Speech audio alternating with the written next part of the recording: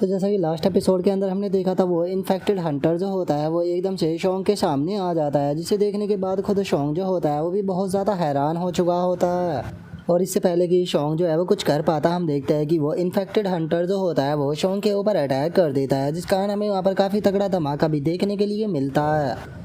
और अब हम वहाँ से थोड़ी दूर का सीन देखते हैं, जहाँ पर कि हमें एक अनाउंसमेंट सुनाई देती है, जो कि बोलती है कि कोरिया यूनिवर्सिटी ऑफ आर्ट के पास में जो डोंगन था वो ब्रेक हो चुका है, तो इसीलिए सभी सिविलियन से रिक्वेस्ट है कि वे जहाँ पर है वहीं पर ही छुप कर रहे।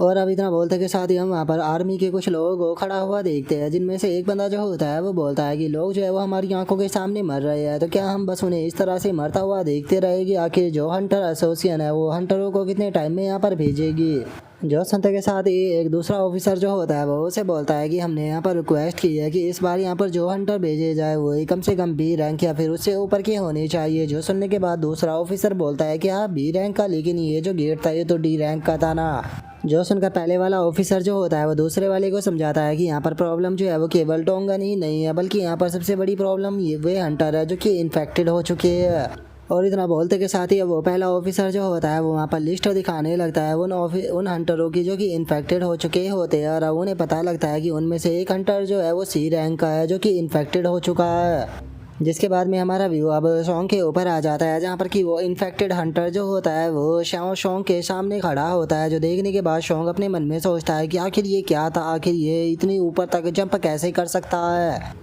और इतना सोचकर अब शोंग जो होता है वो उस हंटर के सर के ऊपर देखता है और उसे पता लगता है कि वही सी रैंक का हंटर है। जो देखने के बाद शोंग अपने मन में सोचता है कि क्या ये सी रैंक का इन्फेक्टेड हंटर है। और अगर इसके वेपन की बात की जाए तो ये यहाँ पर वेपन जो है वो इस्तेमाल कर रहा है, तो इसका मतलब मैंने बाकी के यहाँ पर जितने इन्फेक्टेड हंटरों से फाइट की है ये उन सभी से अलग होने वाला है। लेकिन कुछ टाइम पहले ही डी रैंक के हंटर को मारने के कारण मेरा लेवल अप जो था वो हो गया था, तो क्या इसका मतलब ये है कि मैं इस मॉन्स्टर का सामना जो है वो कर सकता हूँ? तो चलो यहाँ पर देखते हैं। मुझे नहीं लगता कि मेरे पास में कोई चांस होगा कि मैं इसके सामने टिक पाऊँ। और शोंग के इतना सोचते के साथ ही वो इन्फेक्टेड हंटर जो होता है वो शोंग के ऊपर अपनी स्वॉर्ड से अटैक करता है, जिससे कि वो भी नीचे की तरफ झुककर बच जाता है। लेकिन हम देखते हैं कि उस इन्फेक्टेड हंटर का स्लैश इतना पावरफुल होता है कि वो दीवार को ही काट देता है, जिसे देखकर तो अब खुद जो शोंग होता है वो भी बहुत ही ज़्यादा हैरान हो जाता है। और वो हैरान होते हुए अपने मन में सोचता है कि इस मॉन्स्टर की पावर तो बहुत ही ज़्यादा है। और शोंग के इतना सोचते के साथ ही वो मॉन्स्टर जो होता है वो दोबारा से शोंग के ऊपर अटैक को करता है, जिससे कि शोंग जो होता है वो गैस सिलेंडर से रोकने की कोशिश करता है, लेकिन वो मॉन्स्टर बहुत ही आसानी से उसे काट देता है, जिससे कि शोंग भी बाल बाल बच पाता है।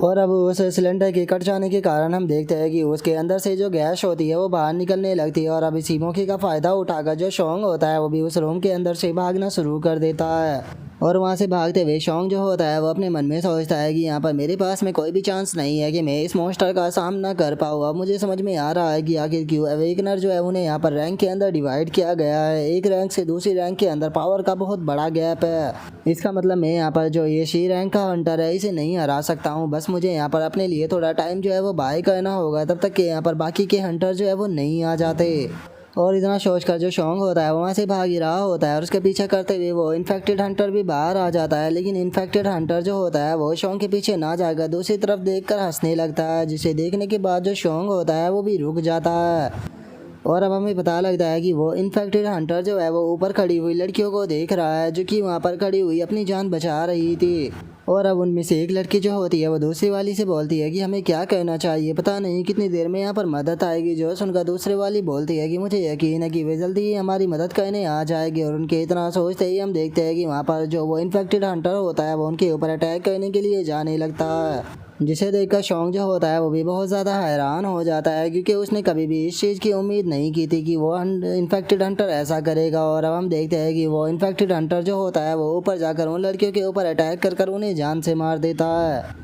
जिसे देखते के साथ ही अब जो शोंग होता है उसे भी बहुत ही ज़्यादा गुस्सा आ जाता है। और वो गुस्से में अब उस मॉन्स्टर की तरफ जाने लगता है, और उसकी तरफ जाते हुए अपने मन में सोचता है कि डैम इट, अब चाहे कुछ भी क्यों ना हो जाए लेकिन मुझे यहाँ पर हंटरों के आने का इंतजार नहीं करना, मुझे बस इसे यहाँ पर ख़त्म करना है। और इतना सोचते के साथ ही शोंग सीधे जाकर जो वो इन्फेक्टेड हंटर होता है उसकी गर्दन के ऊपर लात मारता है, और उसके बाद में अपने पंच को बनाते हुए बोलता है कि चाहे कुछ भी क्यों ना हो जाए मैं और लोगों को इसे मारने नहीं दे सकता, मुझे इसे यहीं पर ही रोकना होगा। और शोंग के इतना सोचते के के साथ ही हम देखते हैं कि उसने जो किको हंटर को मारी थी उसे कुछ भी नहीं हुआ होता और अब वो इन्फेक्टेड हंटर शोंग के ऊपर अपनी स्वॉर्ड से अटैक करता है, जिससे कि शोंग भी बाल बाल बच जाता है। और अब उस इन्फेक्टेड हंटर की अटैक के इम्पैक्ट को देखने के बाद शोंग अपने मन में सोचता है कि मुझे बहुत ज़्यादा सावधान रहना होगा, क्योंकि एक ही अटैक जो है वो मेरी लाइफ ले सकता है। लेकिन मेरे पास में कोई दूसरा रास्ता भी तो नहीं है, मुझे ना चाहते हुए भी इससे यहाँ पर फाइट जो है वो करनी ही पड़ेगी, नहीं तो ये मासूम लोगों को यहाँ पर मारता रहेगा। और इतना सोचते ही जो शोंग होता है वो धड़ाधड़ कर उस मॉन्स्टर के ऊपर अपनी पंच बरसाना शुरू कर देता है। जहाँ पर कि जो शोंग होता है वो उसे इन्फेक्टेड हंटर की अटैक से बच भी रहा होता है और अपनी अटैक जो होते हैं वो उसके ऊपर कर भी रहा होता है,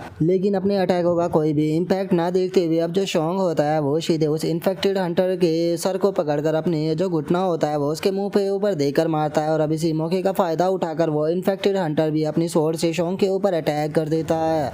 और इस बार के अटैक से शोंग जो होता है वो नहीं बच पाता और हम देखते हैं कि वो काफ़ी बुरी तरह से इंजर्ड हो जाता है। तभी वो इन्फेक्टेड हंटर शोंग को खिंचाकर लात मारता है, जिसका वो दीवार में जाकर टकराता है और उसकी हालत इतनी ख़राब हो जाती है कि उसके मुंह से भी ब्लड आने लगता है, जिस कारण शोंग भी अब ज़मीन पर गिर जाता है और वो इन्फेक्टेड हंटर भी उसकी तरफ बढ़ने लगता है। जिसके बाद में अब शोंग के पास में नोटिफिकेशन आती है जो कि उसको बताती है कि उसके पास में अब केवल एक ही एचपी बच गई है। जो देखकर शोंग जो होता है वो बोलता है कि क्या बात है, केवल मेरे पास अब एक ही एचपी बच गई है, लगता है कि जो सिस्टम है वो भी आज चाहता है कि मैं यहीं पर ही मर जाऊँ।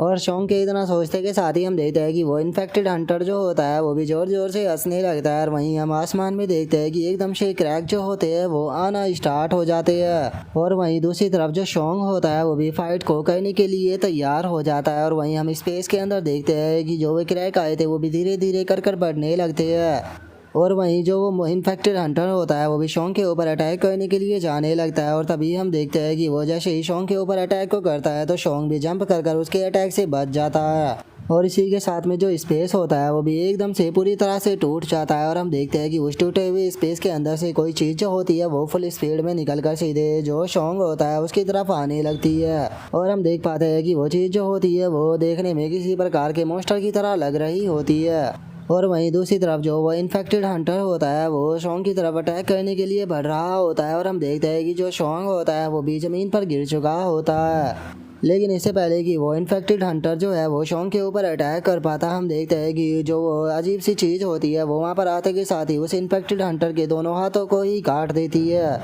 जैसे देखकर शोंग जो होता है वो भी अपनी आंखों को धीरे से खोलकर सामने की तरफ देखने लगता है। और वो सामने की तरफ देखते हुए अपने मन में सोचता है कि ये तो वही चींटी है। और इतना सोचते ही शोंग वहीं पर ही बेहोश हो जाता है,